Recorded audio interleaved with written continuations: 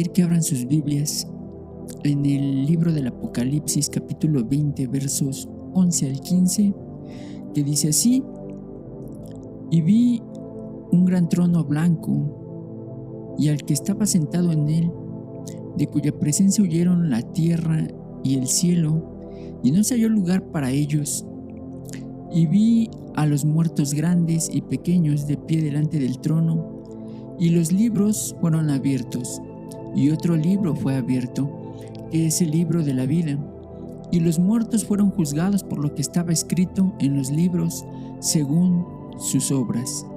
Y el mar entregó los muertos que estaban en él, y la muerte y el Hades entregaron los muertos que estaban en ellos, y fueron juzgados cada uno según sus obras.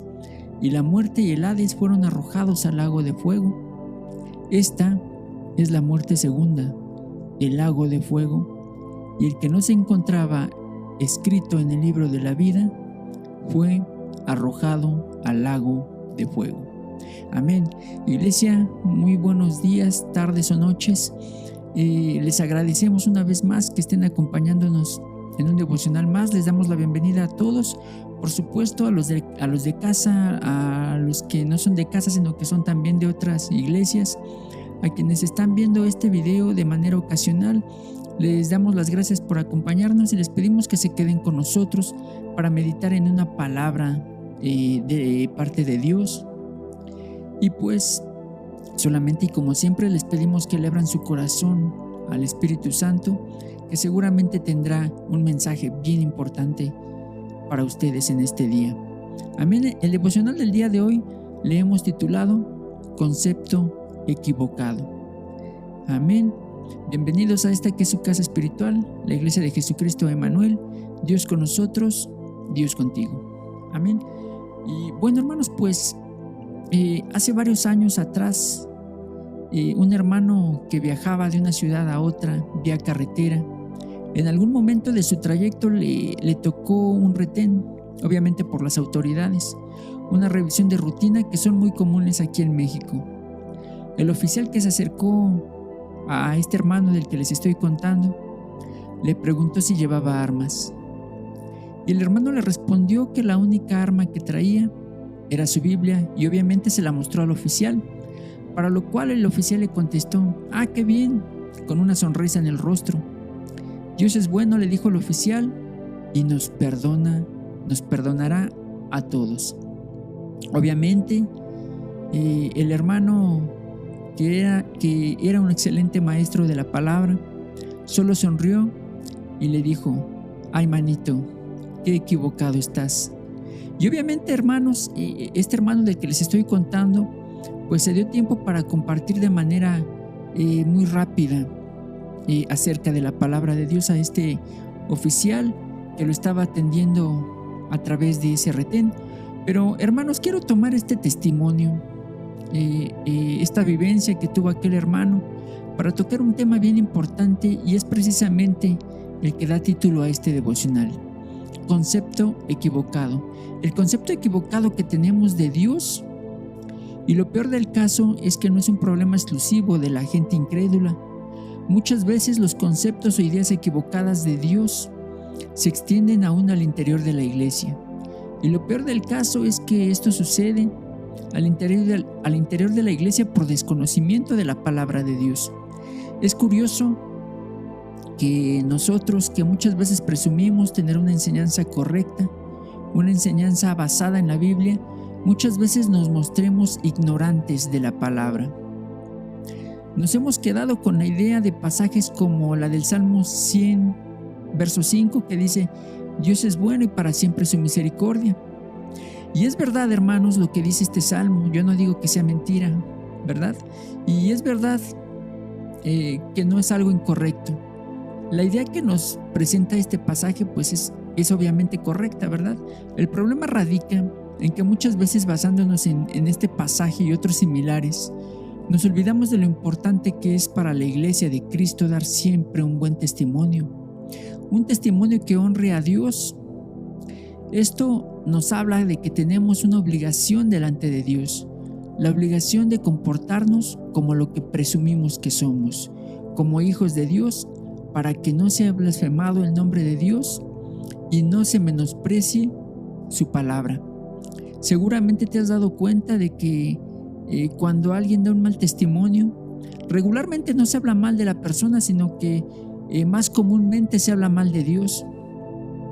Aunque hermanos, aunque es verdad que Dios es bueno y para siempre es su misericordia y siempre está dispuesto a perdonarnos, el perdón está condicionado a un arrepentimiento genuino, ¿verdad? Un reconocimiento de que hemos hecho mal y arrepentirnos de corazón. Porque también hay gente, hermanos, que cree que porque Dios es bueno, podemos ir por el mundo haciendo cosas malas, que al fin que al cabo, ¿verdad? Dicen ellos, al fin que de todas maneras Dios nos va a perdonar. Y eso, hermanos, es una idea, un concepto equivocado de parte que tiene la gente, ¿verdad? Acerca de Dios. Lo que dice Romanos, hermanos, capítulo 6, versos 1 al 4, dice lo siguiente: entonces, ¿qué diremos? ¿Sigamos pecando para que la gracia aumente? De ninguna manera. ¿Somos los que hemos muerto al pecado? ¿Cómo podemos seguir viviendo en él? ¿O qué no sabéis que todos los que fuimos bautizados en Cristo Jesús fuimos bautizados en su muerte? Por lo tanto, fuimos sepultados con él para muerte por medio del bautismo, para que así como Cristo resucitó de entre los muertos, por la gloria del Padre, también nosotros podamos vivir una vida nueva.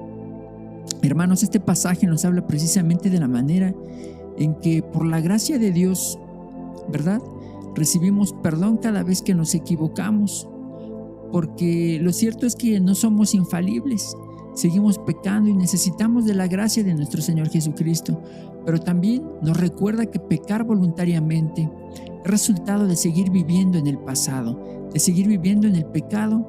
Y los que hemos decidido seguir a Cristo, dice la palabra que somos nuevas criaturas y ya no seguimos, por lo tanto, en el pecado. Amén.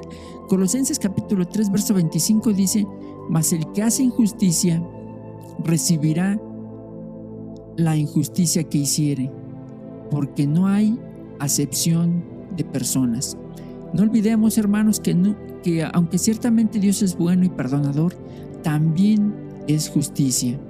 Y precisamente lo que nos recuerda este pasaje nos deja bien claro, ¿verdad?, que aplica tanto para cristianos como para no cristianos. Por eso dice que no hace acepción de personas, y se los demuestro con un pasaje, hermanos, muy conocido.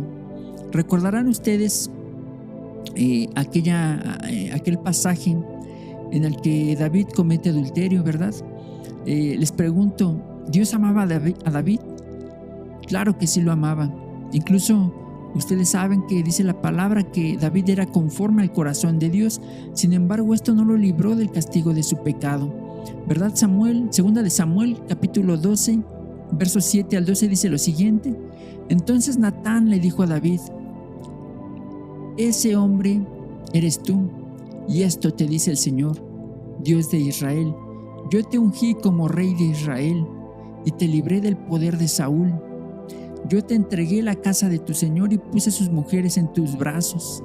Te entregué las tribus de Israel y de Judá, y por si fuera poco, pensaba darte aún mucho más. ¿Por qué has despreciado la palabra del Señor, haciendo lo que le desagrada?